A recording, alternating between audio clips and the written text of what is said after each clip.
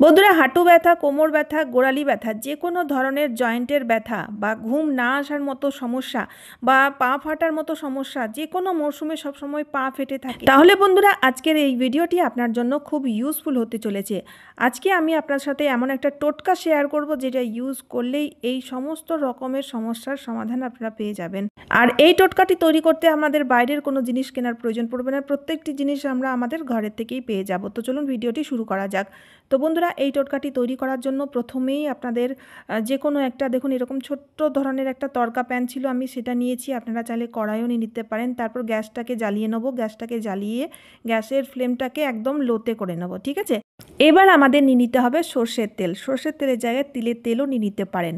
নারকেল তেল বা অন্য কোনো তেল নিলে হবে না, কারণ সর্ষের তেল বা তিলের তেল এগুলো গরম ধরনের হয়ে থাকে, ঠিক আছে। তো বন্ধুরা, এই রেমেডিটি তৈরি করার জন্য বেশি কিছু জিনিসের প্রয়োজন হয়তো পড়ে না, কিন্তু যেভাবে রেমেডিটি তৈরি করতে হবে স্টেপ বাই স্টেপ প্রত্যেকটি জিনিস কিন্তু ফলো করতে হবে। তা না হলে কিন্তু রেমেডিটি ভালোভাবে তৈরি হবে না, কোনো রকম কোনো কাজও দেবে না। তো এবার আমরা অপেক্ষা করব তেলটি গরম হওয়ার জন্য। তেলটি গরম না হওয়া পর্যন্ত ঠান্ডা তেলে কোনো মতেই কিন্তু আমরা নেক্সট যে জিনিসটি আমরা অ্যাড করব সেটা অ্যাড করা যাবে না। তেলটি ভালো মতো গরম হয়ে গেছে। এবার কি করতে হবে, নিয়ে নিতে হবে ম্যাচস্টিক মানে দেশলাই কাঠি। বন্ধুরা, এই দেশলাই কাঠির মধ্যে রয়েছে প্রচুর পরিমাণের ফসফরাস, যা কিনা এই ফসফরাস আমাদের জয়েন্টের ব্যথার ক্ষেত্রে খুব কার্যকারী, গ্রিস তৈরি করতে খুব সাহায্যকারী, হাড়ের ভেতরে গিয়ে গ্রিস তৈরি করতে সাহায্য করে। তো এখানে দেখতেই পাচ্ছেন বন্ধুরা, গরম তেলের মধ্যে কাঠিগুলো দেওয়াতেই কিভাবে জ্বলে উঠেছে। তো এইভাবে না তেলটিকে প্রথম গরম করতে হবে, তবে গিয়ে কাঠিগুলোকে দিতে হবে। এবার তেলের মধ্যে এই দেশলাই কাঠিগুলোকে দিয়ে 1 মিনিটের জন্য ফ্রাই করতে হবে। তার আগে কিন্তু নেক্সট যে আমরা জিনিসটি নেব সেটা অ্যাড করা যাবে না, ঠিক আছে। যতক্ষণ তেলের মধ্যে কাঠিগুলো ফ্রাই হচ্ছে, এদিকে আমি নিয়ে নিয়েছি দেখুন 1 টুকরো আদা। আদার খোসা ছাড়িয়ে এবার আদাটাকে থেতো করে নেবো, যাতে আদার রসটা বেরিয়ে আসে। বন্ধুরা, আমাদের যে কোনো ধরনের জয়েন্টের ব্যথা বা মোচের জন্য এই আদা কিন্তু খুব কার্যকারী। তাই আদাটাকে আমি থেতো করে নিয়েছি। থেতো করে নেওয়ার পরে এবার কি করব, তেলের সাথে মিশিয়ে দেবো। তার আগে দেখাই বন্ধুরা, দেখতেই পাচ্ছেন কাঠিগুলো একদম কালো হয়ে গেছে, মানে ভালো মতো ফ্রাই হয়ে গেছে। যখন তেলের মধ্যে এই কাঠিগুলোকে আমরা এইভাবে ফ্রাই করি, ফসফরাসগুলো তেলের সাথে মিশে যায়। এবার যখন দেখবেন 1 মিনিট হয়ে গেছে, একদম ঘড়ি দেখে টাইম দেখে কিন্তু রেমেডিটি তৈরি করতে হবে। আর স্টেপ বাই স্টেপ সব জিনিসগুলো আপনাদের ভালো মতো করে ফলো করেই তৈরি করতে হবে। যেহেতু দেখতে পাচ্ছেন 1 মিনিট হয়ে যাওয়ার পরে আমি আদাটাকে দিয়ে দিয়েছি। থেতো করা আদা দেওয়ার পরে এবার এই থেতো করা আদাটিকেও আমাদের 1 মিনিটের জন্য তেলের মধ্যে ফ্রাই করে নিতে হবে, ঠিক আছে। এবার আদাটা যেই দেখবেন 1 মিনিট মতো ফ্রাই হয়ে গেছে, তারপরে আমাদের যে জিনিসটি নিতে হবে সেটা হচ্ছে কর্পূর। পুজোতে যে কর্পূর আমরা ইউজ করে থাকি সেই কর্পূরের ইউজ করব। এখানে আমি 3 থেকে 4টা কর্পূর নেব আর হাতের সাহায্যে গুঁড়ো করে কর্পূরটাকে তেলের সাথে মিশিয়ে দিচ্ছি। আমরা প্রত্যেকেই জানি বন্ধুরা, কর্পূর আমাদের যে কোনো ধরনের ব্যথা দূর করতে খুব সাহায্যকারী। তাই তো দেখবেন বন্ধুরা, ছোটো বাচ্চারা যখন খেলাধুলা করে বাড়ি আসে, তাদের যখন হাত পায়ে ব্যথা লাগে, তাদের আমরা নারকেল তেলের সাথে কর্পূর মিশিয়ে মালিশ করে দিয়ে এতে কিন্তু ব্যথা ঠিক হয়ে যায়। তাই বন্ধুরা, কর্পূরের ইউজ অবশ্যই করতে হবে। আর এই কর্পূরটা দেওয়ার পরে এবার আমাদের নেক্সট যে জিনিসটি নিতে হবে সেটা হচ্ছে তেজপাতা। প্রত্যেক বাড়িতেই কিন্তু তেজপাতা থেকেই থাকে। আমি 2 থেকে 3টে তেজপাতা নিয়ে এইভাবে দেখুন অর্ধেক টুকরো করে দিয়ে দিয়েছি। তেজপাতা দেওয়ার পরে এবার আমাদের 30 সেকেন্ড মানে 30 সেকেন্ডের মতো এই তেলটিকে আবারও গরম করে নিতে হবে। লাস্টে আমাদের তেজপাতা দিতে হবে। তারপরে গ্যাসটিকে বন্ধ করে দিতে হবে। বন্ধ করে দেওয়ার পরে তেলটিকে ছেঁকে নিতে হবে। তৈরি হয়ে গেল একটা পাওয়ারফুল অয়েল, যেটার ইউজ করে আমরা যে কোনো ধরনের জয়েন্টের ব্যথা থেকে আরাম পেতে পারি। তো দেখতেই পাচ্ছেন আমি কিন্তু তেলটাকে ছেঁকে নিয়েছি। তেলটা এখন প্রচুর গরম রয়েছে, একটু ঠান্ডা করে নেব। খুব বেশি ঠান্ডা করেও ইউজ করা যাবে না, হালকা একটু গরম থাকা অবস্থায় ইউজ করতে হবে। তো বন্ধুরা, প্রথমেই কিন্তু হাঁটু ব্যথার ক্ষেত্রে আমি এই তেলটির ইউজ নেব, কারণ আজকাল শুধু বয়স্কদের নয়, একটু 30 বছর বয়স হলেই দেখবেন হাঁটু ব্যথার মতো সমস্যা দেখা যাচ্ছে। বিভিন্ন কারণের জন্য হতে পারে। অনেক সময় দেখা যায় খাওয়া দাওয়ার ভিটামিনের কিছু অভাবের কারণে বা ওজন বেড়ে গেলেও কিন্তু হাঁটু ব্যথার মতো সমস্যা দেখা দেয়। তো এখানে আপনাদের কি করতে হবে, এই তেলটিকে হাঁটুর মধ্যে প্রথম লাগিয়ে নিতে হবে।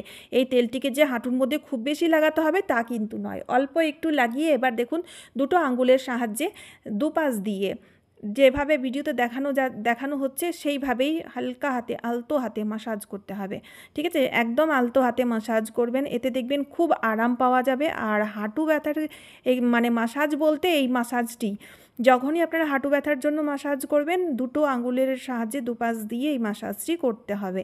এতেই দেখবেন বন্ধুরা আপনাদের হাঁটু ব্যথার মতো সমস্যা কিন্তু চিরতরে ভালো হয়ে যাবে, কিন্তু নিয়মিত এই তেলটির ইউজ আপনাদের করতে হবে। এবার অনেক সময় দেখা যায় আমাদের শিরার মধ্যে টান ধরে থাকে, দেখবেন রাত্রেবেলায় ঘুমিয়ে রয়েছি আর শিরার মধ্যে টান ধরছে, এরকম সমস্যা কিন্তু প্রায় মানুষের দেখা দেয়, ঠিক আছে? তো দেখতেই পাচ্ছেন হাঁটুর পেছনের অংশে এই যে দুটো পয়েন্ট দেখতে পাচ্ছেন, এই দুটো পয়েন্ট কিন্তু খুব ইম্পর্টেন্ট। তো এখানে আপনাদের কি করতে হবে, এই তেলটি এই জায়গায় এই যে দুটি পয়েন্ট দেখতে পাচ্ছেন এখানে লাগিয়ে আলতোতে মালিশ করতে হবে। মালিশ করার পরে এবার আপনাদের একটা আমি মাসাজ করে দেখাবো, মানে শিরার মধ্যে যে টান ধরার মতো সমস্যা সেই সমস্যাটি কিন্তু ভালো হয়ে যাবে। তো দেখুন থাম ফিঙ্গারের সাহায্যে, মানে তেলটি প্রথম লাগিয়ে তারপর থাম ফিঙ্গারের সাহায্যে দেখতেই পাচ্ছেন ওপর থেকে নিচে এভাবে ঘুরিয়ে ঘুরিয়ে মাসাজটি করতে হবে, যেভাবে ভিডিওতে দেখানো হচ্ছে, ঠিক আছে? নিচ থেকে ওপর নয়, ওপর থেকে নিচ, মানে এই থাম ফিঙ্গারের সাহায্যে এই মাসাজটি করতে হবে।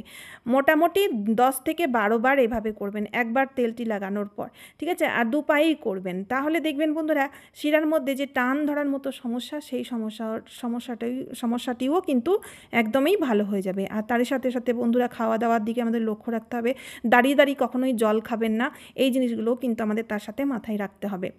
আবার অনেকেই রয়েছে যাদের গোড়ালি ব্যথার মতো সমস্যা দেখা দেয় বা সবসময় পা ফেটে থাকে, পা ফাটার মতো সমস্যা হয়।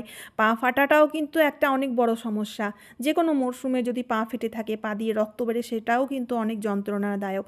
আর গোড়ালি ব্যথা তো যন্ত্রণাদায়ক হয়েই থাকে, কারণ সকালবেলায় ঘুম থেকে ওঠার পরে এত যন্ত্রণা করে হাঁটা যায় না। তো সেক্ষেত্রে এই তেলটি লাগিয়ে থাম ফিঙ্গারের সাহায্যে আলতো হাতে মাসাজ করবেন, একদম আলতো হাতে মাসাজ করতে হবে।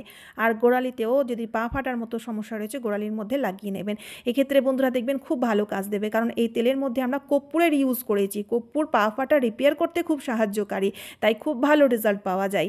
তারপরে বন্ধুরা গোড়ালিতে লাগিয়ে যদি পা ফাটার জন্য লাগাচ্ছেন তবু তাও লাগাবেন, আর যদি গোড়ালি ব্যথার জন্য ইউজ করছেন তো অবশ্যই কিন্তু আপনাদের এই যে হিল কুশন, এটা কিন্তু অনলাইনে আপনারা খুব সহজেই পেয়ে যাবেন, হিল কুশন পরবেন। আসলে কি হয়, এই হিল কুশনটা পরলে গোড়ালি ব্যথার ক্ষেত্রে দেখবেন যে গোড়ালির হাড়টা থাকে সেই হাড়ের মধ্যে ঠান্ডা হাওয়া ঢুকবে না, যার ফলে খুব আরাম পাওয়া যাবে। আর সবসময় পরলে যেহেতু হিল কুশন খুব আরামও পাওয়া যায়, তো সেক্ষেত্রে দেখবেন আপনাদের গোড়ালি ব্যথা কিন্তু একদমই ভালো হয়ে যাবে, কোনো ওষুধ খাওয়ার প্রয়োজন পড়বে না। এবার দেখুন বন্ধুরা অনেকেই রয়েছে যাদের রাত্রিবেলায় ঘুম না আসার মতো সমস্যা দেখা দেয়, তো সেক্ষেত্রে তারা কি করবে, তারা ওই তেলটির ইউজ যদি হাতের এই পজিশনে লাগিয়ে আলতো হাতে যদি এইভাবে ঘুরিয়ে ঘুরিয়ে মাসাজ করে নিতে পারে, তাহলে দেখবেন খুব সুন্দর মতো ঘুমও হবে। আর অনেক মহিলারাই রয়েছে যাদের দেখবেন রাত্রিবেলায় ঘুমোতে যাওয়ার আগে হাত দুটোতে প্রচণ্ড ব্যথা করে, কারণ ঘর সংসারের সমস্ত রকম কাজ করার ফলে ক্লান্ত হয়ে যায় আর প্রচণ্ড হাত দুটোতে ব্যথা লাগে। তো সেই ক্ষেত্রে বন্ধুরা এই তেলটি লাগিয়ে যদি এইভাবে মাসাজ করতে পারেন, তাহলে দেখবেন হাতের ব্যথাও কমে যাবে। আর যাদের ঘুম না আসার মতো সমস্যা রয়েছে তাদের খুব ভালো ঘুম হবে। ঘুমোতে যাওয়ার আগে এই তেলটি লাগিয়ে এভাবে মাসাজ করতে হবে। তো চলুন বন্ধুরা আজকের মতো এই পর্যন্ত, আশা করছি এই টোটকাটি আপনাদের খুবই কাজে দেবে, তাই ভিডিওটি শেয়ার করতে ভুলবেন না, কারণ অনেকেই রয়েছে যারা জয়েন্টের ব্যথার সমস্যায় ভুগছেন, তাদের জন্য এই ভিডিওটি খুব কাজে আসবে। তারই সাথে সাথে চ্যানেলটিকে সাবস্ক্রাইব করে অবশ্যই আমার পাশে থাকবেন। তো চলুন আবারও দেখা হচ্ছে অন্য কোনো নতুন ভিডিওতে। আপনারা সবাই খুব ভালো সুস্থ থাকবেন। টাটা বন্ধুরা।